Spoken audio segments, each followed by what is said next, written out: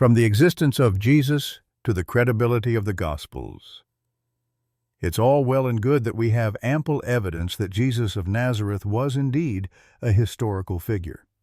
But that doesn't determine whether the accounts about him, especially the Gospels, are credible. After all, it's possible that legends and myths have developed around him over time.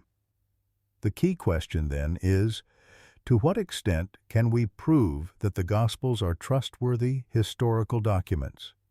Are they merely religious writings without any real connection, or do they contain accounts based on real events? Today, we will look at whether the Gospels were handed down reliably. The large number of extant manuscripts.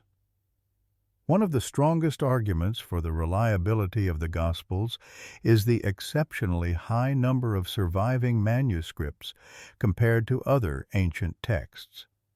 Over 5,800 Greek manuscripts of the New Testament have survived. Over 25,000 manuscripts exist in total, including Latin, Coptic, and other translations.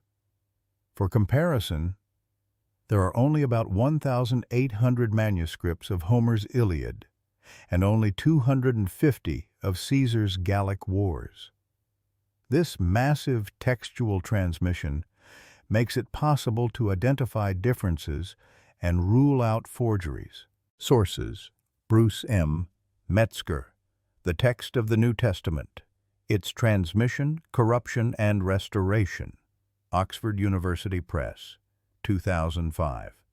Daniel B. Wallace, Revisiting the Corruption of the New Testament, Kriegel Academic, 2011. The Short Gap Between the Original and the Oldest Manuscripts. Another factor affecting textual fidelity is the short period of time between the writing of the Gospels and the oldest surviving copies. The oldest manuscript fragment of the New Testament, Papyrus P52, Gospel of John, dates from around 125 A.D., only a few decades after the original writing. Many other manuscripts date from the 2nd and 3rd centuries, meaning there was only a short period of time for alterations or forgeries. For comparison, the gap in other ancient writings is often over 800 years. Sources: Philip Comfort, The Text of the Earliest New Testament, Greek Manuscripts, Tyndale House, 1992. Craig Blomberg, Can We Still Believe the Bible? Brazos Press, 2014. The Conformity of the Manuscripts. Despite the large number of copies, there are no significant discrepancies in the content of the Gospel manuscripts. Over 99% of the differences involve only scribal errors or stylistic variations, e.g., Jesus Christ versus Christ Jesus. No central theological dogma is influenced by textual variants. By comparing manuscripts from different regions, it can be shown that the text was not intentionally altered. Sources: Kurt and Barbara Alland, The Text of the New Testament, Eerdmans, 1995. F. F. Bruce, The New Testament, Documents, Are They Reliable? Eerdmans, 1981. Early Quotations by the Church Fathers. The Church Fathers, early Christian theologians and historians, cited the Gospels as early as the 1st and 2nd centuries, which shows that the text was already known and stable at that time. Clement of Rome, c. 95 A.D., quotes the Gospels and Paul's letters. Ignatius of Antioch, c. 110 A.D., confirms key sayings of Jesus from the Gospels. Irenaeus of Lyon, c. 180 A.D., names the 4 Gospels and confirms that they are recognized as authentic. The Gospels were therefore already widely distributed in the 2nd century, without any evidence of major textual changes. Sources: J. B. Lightfoot, The Apostolic Fathers, Baker, Bookhouse, 1981. William Lane. Craig, Reasonable Faith, Crossway, 2008. Archaeological finds confirm details of the Gospels. The Pontius Pilate inscription, discovered in Caesarea in 1961, confirms that Pilate actually existed as a Roman governor at the time of Jesus. The ossuaries, bone boxes, of Caiaphas attest to the existence of the Jewish high priest mentioned in the Gospels. The Nazareth inscription shows that there was a Roman ordinance against grave desecration in the 1st century, possibly in response to accounts of Jesus' resurrection.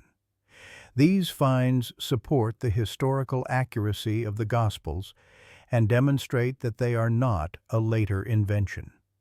Sources: John McRae, Archaeology and the New Testament, Baker Academic, 1991.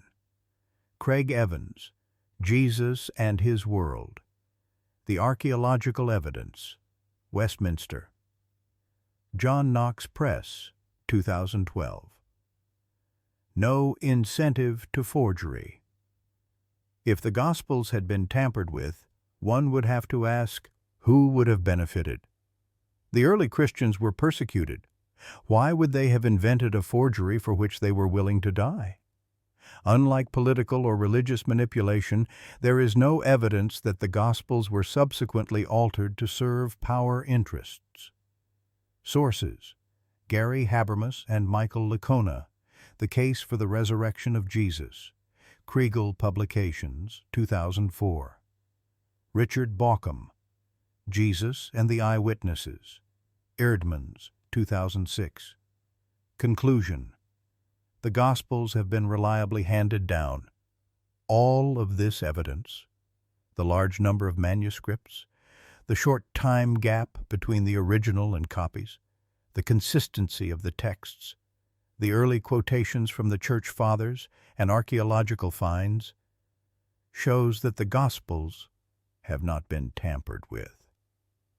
While critics often claim that the Gospels could have been altered, there is no historical or textual evidence of such tampering.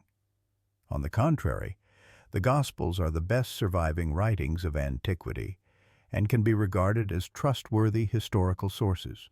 The conclusion: anyone who considers the Gospels to be falsified or manipulated would have to apply the same standards to all other ancient writings, and that would mean that we could know almost nothing about the history of antiquity.